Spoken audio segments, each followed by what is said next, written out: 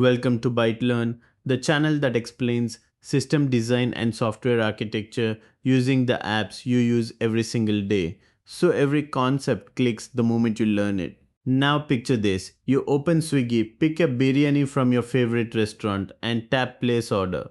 In the next 800 milliseconds, your phone contacts a server in Bangalore. That server checks your account, calculates your total, processes your UPI payment, notifies the restaurant partner, and sends you back a confirmation all before your finger even lifts off the screen. How does that happen? Client server architecture. But here is the thing worth knowing. Before we dive in, this is not just an engineering detail. Client server architecture is the single idea that let India go from a cash dependent economy to 8 billion UPI transactions a month in under 10 years. It is why a student in a tier 3 town can watch the same lecture as someone in Koramangala. It is why a migrant worker in Mumbai can send money home to Bihar in 2 seconds, not 2 days. The 30 minutes you are about to spend will give you the mental model behind all of that. In this video, you will understand exactly how that works. We are going to cover what a client is, what a server is, how they talk using HTTP, how DNS translates human readable names into machine addresses, how TCP makes the connection reliable, how load balancers handle millions of users at once, and how caching makes everything fast. By the end, you will be able to trace any request from Swiggy order to IRCTC ticket, from tap to response. This video is built for two people. If you are new to software engineering and want a solid mental model of how the internet works, this is your foundation. And if you are preparing for system design interviews at companies like Google, Flipkart, Razorpay, or Microsoft India, every single concept here comes up in those rounds. We will flag the interview relevant moments as they appear. And stay till the very end of this video. After we cover all the technical layers, I want to show you something that puts all of this in perspective. How this 40-year-old architecture is directly powering the AI systems being built right now, and what that means for you as an engineer. It is the insight that makes everything else click.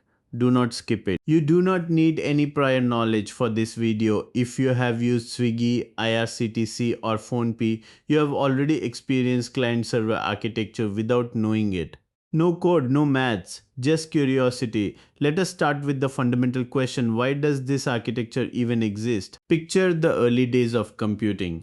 Every program ran on one machine. Your data, your logic, your screen, all in one box, like a local kirana shop where every item is stored right there. It works fine for one neighborhood but not for an entire city. That model breaks the moment you scale. Think about Swiggy, millions of users placing orders every day, all needing the same restaurant menus, real-time delivery locations, and payment records. You cannot copy the entire Swiggy database onto every phone. You need one central place to store it. The solution is elegant: split the responsibility. Some machines make requests, we call them clients. Your phone placing a Swiggy order is a client. Your laptop booking a train on IRCTC is a client. The client is always the one asking. Other machines respond to those requests. We call them servers.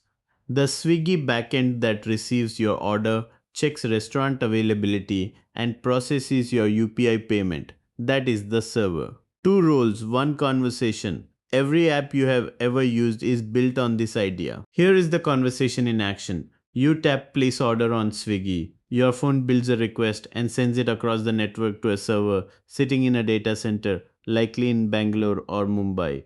That message travels hundreds of kilometers in under 100 milliseconds. The server processes your order and fires back a response. Order confirmed. Delivery in 30 minutes. That exchange is client-server architecture at its core. Of course, Swiggy is not running on one laptop in Koramangala. During lunch hour on a weekday, millions of people are ordering simultaneously across India. One server cannot handle that. You need many machines and something intelligent to direct traffic between them. Millions of requests flood in every minute from Mumbai, Delhi, Bengaluru, Hyderabad, Chennai. They all hit a single entry point, the load balancer, before reaching any server. The load balancer spreads those requests across many servers. No single machine gets crushed. That is client-server architecture at scale. and every major Indian tech platform you use runs exactly this way. So, what exactly is a client? Simple. A client is any device or program that initiates a request. Your phone opening Swiggy client, your laptop booking a ticket on Make My Trip client, a smart TV streaming on GeoCinema, also a client. The browser on your laptop is one of the most common clients in the world.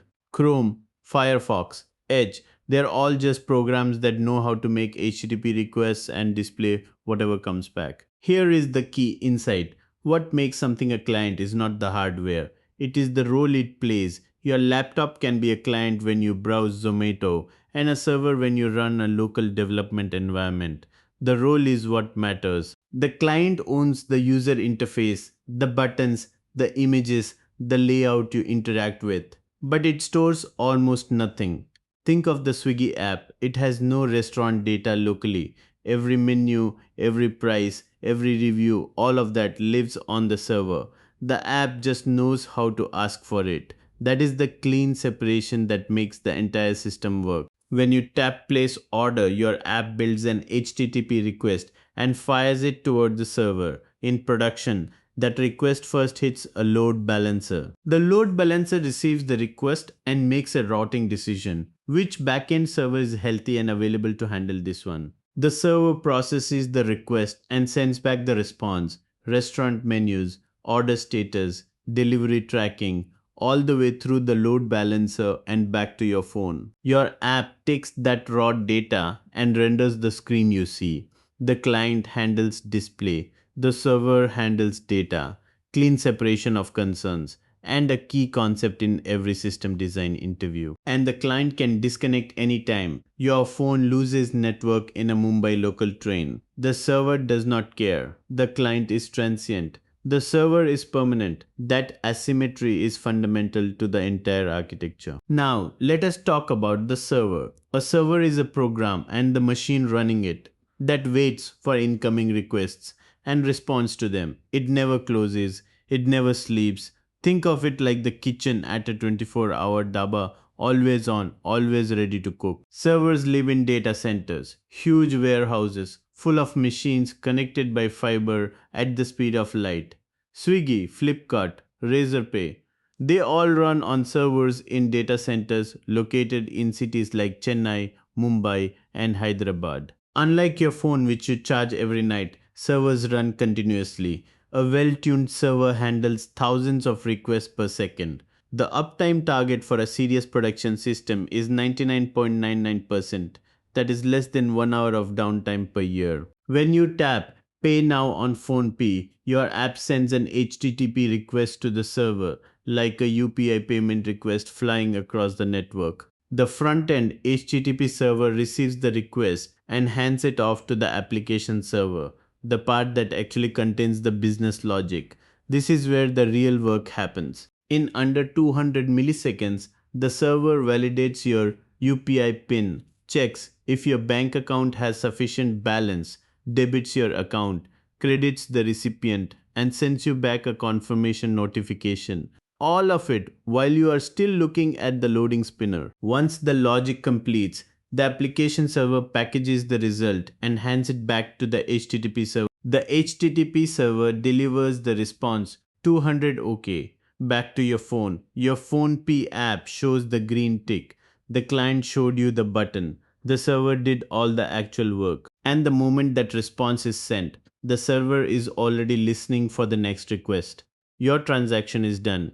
The server has already moved on to the next user, perhaps someone in Delhi making a payment right now. For a client and server to understand each other, they need a shared language. You speak to the Swiggy app in taps. The app speaks to the server in HTTP Hypertext Transfer Protocol. It is the universal language of the web, from a Bengaluru startup to a Silicon Valley giant. Every time you interact with any app, your device constructs an HTTP request and sends it. That request flows through a load balancer before it ever reaches the server. The server unwraps that HTTP request and reads its three key components. Think of it as the server reading the order slip from the kitchen window. First, the method. Get retrieves data like loading your Swiggy feed. Post submits new data, like placing an order. Put updates existing data, like changing your delivery address. Delete removes it. Second, the path. This tells the server which specific resource you want. Slash restaurant slash nearby slash order slash history. The load balancer forwards the full request to a healthy server. These four HTTP methods map directly to the four database operations. Get is read, post is create, put is update, delete is delete. You will see this called CRUD everywhere in backend engineering. Interviewers love asking this. Third, headers. Headers are metadata attached to every request. They tell the server what format you can accept and most importantly an auth token proving who you are, like your Swiggy session token or your Aadhaar linked JWT. The server reads the request, runs the logic, and sends back an HTTP response. Every response includes a status code, a 3-digit number that tells your app exactly what happened. 200 means it worked. 404 means the resource does not exist, like searching for a restaurant that has shut down. 500 means the server crashed. The response body carries the actual data, menus, order details, tracking updates. This request response cycle is the heartbeat of every Indian app you use daily. Here is something you do dozens of times a day without thinking about it. You type swiggy.com in your browser, but your device does not know what that means. Computers talk to each other using numeric IP addresses like 143.248.199.10. Something has to translate the name you typed into the number the network needs. Every domain name is an alias for an IP address. The system that handles this translation is called DNS. The domain name system, think of it as a phone directory. You look up a name, you get back a number. Your browser fires off a DNS query. It asks the network, what is the IP address for swiggy.com? That query travels to a DNS resolver, usually provided by your internet service provider, Jio, Airtel, BSNL, or whoever you use. Before doing any network work, the resolver checks its cache. Did it already look this up recently? If yes, it returns the cached answer instantly. This is why the second time you open Swiggy in the same session feels snappier. If the answer is not cached, the resolver climbs the DNS hierarchy, root servers, top level domain servers, authoritative name servers, until it reaches the server that definitively knows the answer. The authoritative name server returns the IP address, the actual numeric address of the Swiggy server. Your request will travel to. The IP address travels back through the chain to your browser. Now it knows exactly which machine to connect to. The phone directory has been consulted. Your browser now has the IP address. It is ready to open a TCP connection and send the HTTP request. DNS has done its job. The entire DNS lookup from your first query to the final IP address takes under 50 milliseconds. You will never notice it. But without DNS, every app on your phone would need to remember raw IP addresses instead of names like swiggy.com or IRCTC.in. You have the IP address, you know which server to contact. But before you send a single byte, whether it is a Swiggy order or a UPI payment, you need to establish a reliable connection. That is what TCP does. TCP stands for Transmission Control Protocol. It guarantees your data arrives complete in order without corruption. Imagine if your IRCTC booking request arrived with half the passenger names missing. TCP prevents that. It does this through a three-way handshake. Step 1. Your phone sends a SYN packet. SYN stands for synchronize. It is saying, hello, I want to start a conversation. I have data to send you. The server receives that SYN packet and prepares to respond.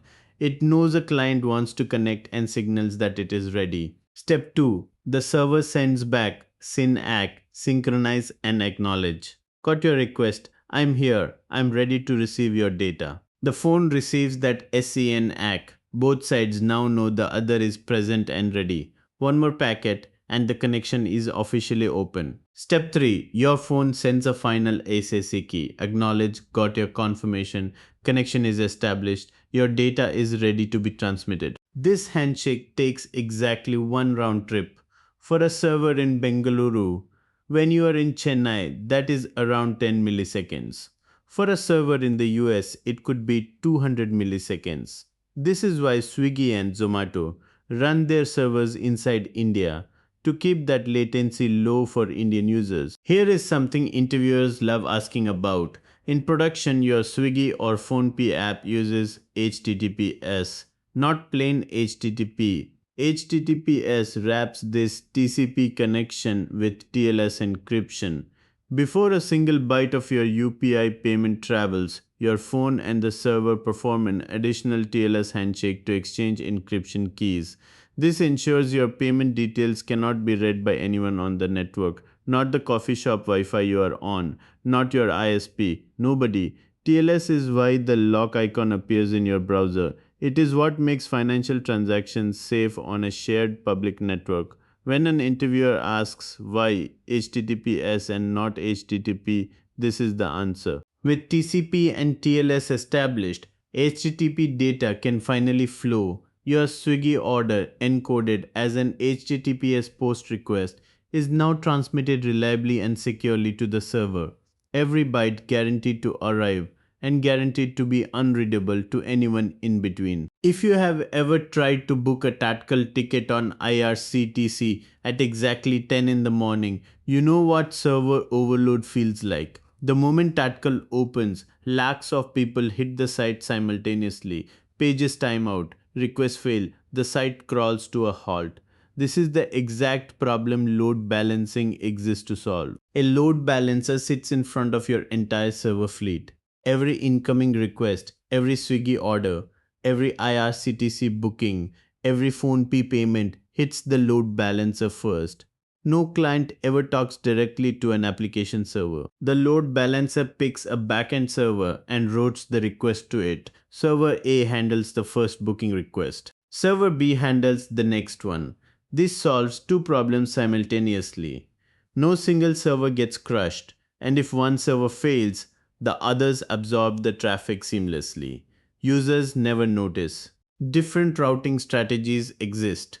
Round robin is the simplest. Send the first request to server A, the second to B, the third to C, then cycle back. Fair, simple, and requires no knowledge of server load. The load balancer also runs continuous health checks. Every few seconds, it pings each server. Are you alive and responding? If a server goes down, the load balancer removes it from rotation instantly.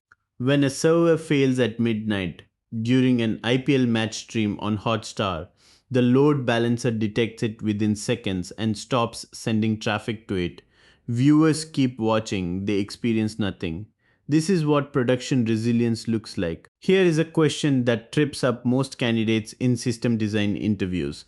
The load balancer is a single point of failure sitting in front of your entire system. If it goes down, everything goes down. So how do you handle that? The answer is that production systems run multiple load balancers in parallel with DNS level routing between them. If one load balancer becomes unhealthy, DNS automatically stops pointing traffic at it within seconds. The load balancer is also just a server. It needs the same high availability thinking as every other component in your architecture. In cloud environments like AWS or Azure, which Swiggy, Razorpay, and Flipkart all use, load balancers can trigger auto scaling. When CPU usage spikes during a big billion days sale, new servers spin up automatically.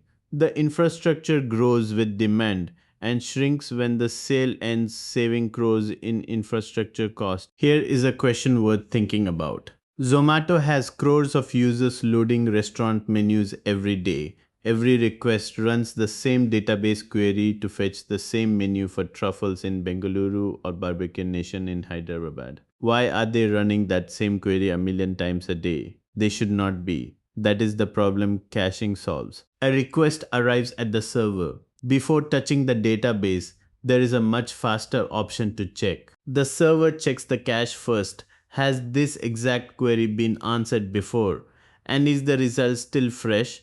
The cache is like a chai tapri owner who remembers your regular order. Cache hit. The result is already there. It gets served in microseconds. No database, no query, no latency. The menu loads instantly. The cached result travels directly back to your phone. The database never knew the request existed. This is how Zomato handles crores of menu views every single day. But if the result is not in cache, that is a cache miss. Maybe it expired. Maybe a restaurant just updated their menu. Now the server has to query the database the slow way. The database returns the result. The server writes it to the cache. So every future request for that same data gets the fast path. The first user paid the cost. Every user after them benefits. The most widely used cache in production systems today is Redis, Remote Dictionary Server, Swiggy, Razorpay, Zepto, CRUD.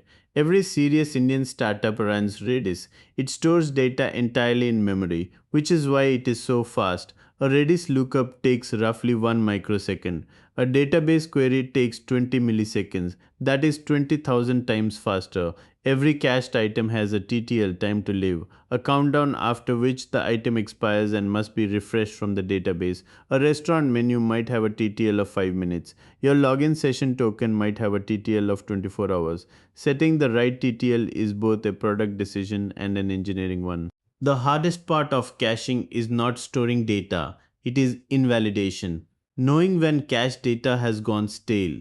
A restaurant changes its price mid afternoon. Your Redis cache still shows the old price.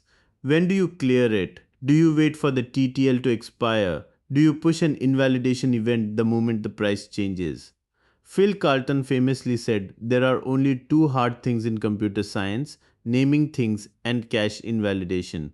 Now you know why. CDNs take caching even further. Platforms like Hotstar and YouTube India use CDN edge nodes placed in cities like Mumbai, Delhi, and Chennai. When you stream an IPL match, the video comes from a CDN server a few milliseconds away, not from a data center halfway around the world. That is why HD streams work even on a crowded network. Remember, when you tap place order at the start of this video, let us trace exactly what happened. Every step in sequence using everything we have just covered. You tap the button, your phone prepares an HTTP post request. First DNS, your app resolves swiggy.com to an IP address via Jio or Airtel's DNS resolver. Under 50 milliseconds, your phone now knows which server in Bengaluru to contact. Next, TCP 3 packets, SYN-ACK, ATK, and a reliable connection is open. One round trip, your data is now guaranteed to arrive intact. Your HTTP post request containing your order details, delivery address, and UPI token travels across the network and arrives at Swiggy's load balancer. The load balancer picks a healthy backend server from the pool and routes your order to it. During the lunch rush, dozens of servers are running in parallel, handling lakhs of orders. The server checks the cache, restaurant details, your saved address, your past orders. If cached, the response is near instant. If not, the database is queried. On a cache miss, the database handles it. Your order is recorded, the restaurant is notified, and the result is written to cache. Future requests get the fast path. The response, order confirmed, delivery in 30 minutes, travels back through the load balancer across the network, all the way to your phone in your hand. Your Swiggy app receives the confirmation and renders the screen. The entire journey, from your tap to the order confirmed screen, happens in under 1 second on a well-built system. That 1 second contained a DNS lookup via Geo's resolver, a TCP handshake to a Bengaluru server, an encrypted HTTPS post through a load balancer, a Redis cache check, and a database write. Every single layer we covered is doing its job. And before we close, let us zoom out and look at what this architecture has actually done for the world. Take a moment to think about what life looked like before this architecture existed at scale. Checking your bank balance meant going to a branch and standing in a queue. Booking a train ticket meant being at the station counter at exactly the right time. Buying a movie ticket meant sending someone ahead to hold a spot. Consulting a doctor meant physically traveling, sometimes hours. Sending money to a family member in another city took days through a bank draft.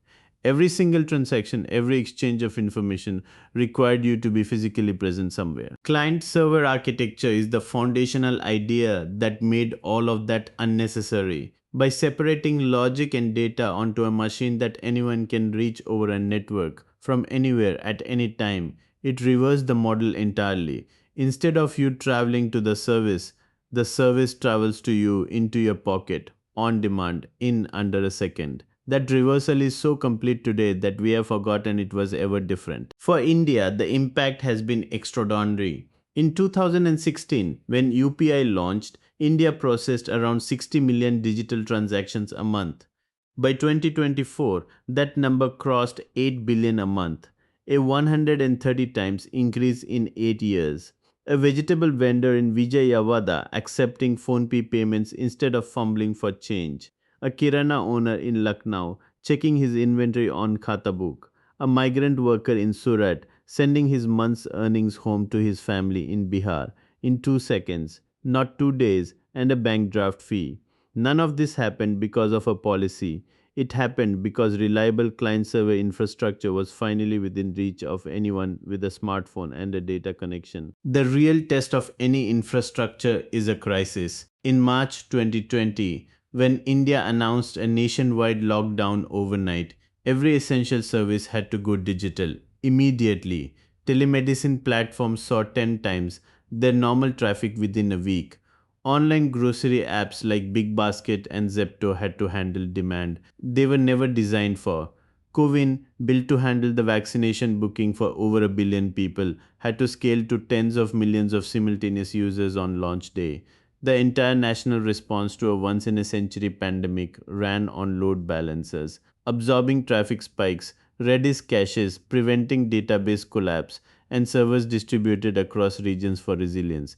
The architecture you just learned was India's pandemic infrastructure. Think about what happened to education. A student in a government school in rural Rajasthan can now watch the same explanation from the same physics teacher as someone in a premium coaching center in Kota for free. YouTube CDN serves the same cached video to a crore of simultaneous viewers without the server breaking a sweat. Khan Academy serves students in 200 countries from a handful of servers. An Academy, Physics Walla, Vedantu, they brought India's best teachers to students who could never have afforded or access them otherwise. Client server architecture made quality education a function of internet access, not postal code or family income. That is not a small thing. The numbers of what client server architecture processes every single day are staggering to think about. Google handles 8.5 billion searches a day, each one a client server request that resolves in under 200 milliseconds. WhatsApp delivers 100 billion messages daily. Netflix streams to 260 million subscribers simultaneously across load balancers and CDN caches on every continent. Instagram stores and serves over 50 billion photos. IRCTC books over a million tickets a day. During peak periods, every Indian using Aadhaar based authentication, over a billion unique biometric verifications, runs through servers and caches you now understand. The entire digital infrastructure of modern civilization runs on the architecture you just learned. And here is what makes this knowledge even more valuable right now. Every AI assistant you use, ChatGPT, Gemini, Claude, is a server. You are the client. Your prompt is an HTTP request. The AI response is an HTTP response. The load balancers distributing inference requests across GPU servers. The cache is storing common responses. The DNS resolving API OpenAI.com. It is all the same architecture. The AI era is not replacing client server architecture. It is running on top of it. The developers who will build and orchestrate the AI systems of the next decade are the ones who understand the full stack, from the algorithm to the architecture. That starts with what you learned today. Here is what actually changes when you understand client server architecture. You are no longer just a user of these systems. The next time you tap an app and something loads in 800 milliseconds, you will see the DNS lookup that resolved the domain, the TCP handshake that opened the connection, the TLS layer that encrypted it, the load balancer that routed it, the Redis cache that answered it in a microsecond, and the server that stored the result. You will see every component that fired. That is the builder's lens, and it is the lens every engineer who has ever designed a system thinks through. Client server architecture is over 40 years old. It was not invented for Swiggy, for UPI, for Hotstar, or for AI, but it is what made all of them possible, and it is what will power whatever comes next. The concepts you learned today, client, server, HTTP, DNS, TCP, HTTPS, load balancer, Redis cache, these are not trivia for interviews. They are the grammar of every system you will ever build, debug, or architect. Understand the grammar, and you can write anything that is time well spent. You just made it through one of the most foundational concepts in all of software engineering. Seriously, take a moment to appreciate that. You now understand DNS, TCP, HTTPS, HTTP, load balancing, Redis caching, and how every request you make travels from your phone to a server and back. Most people who use Swiggy every day will never understand what just happened to their order.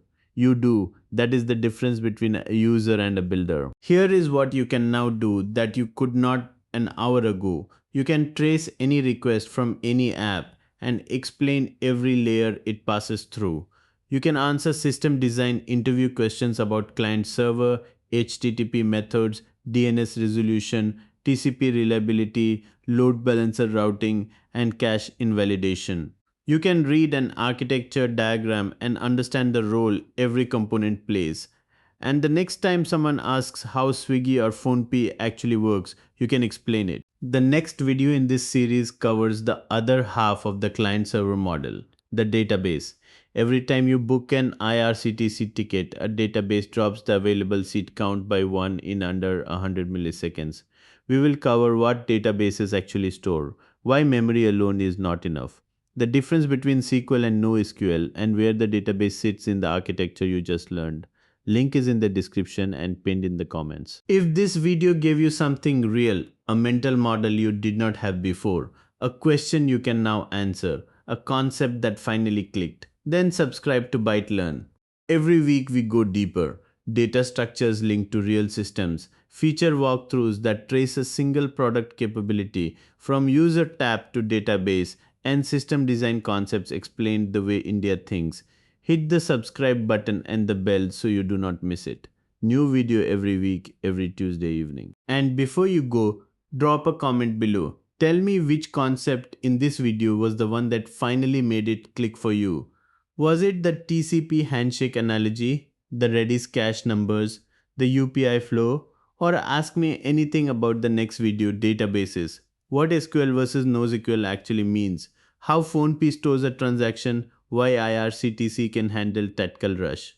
I read every comment and it directly shapes what I make next. Your question might be the next video.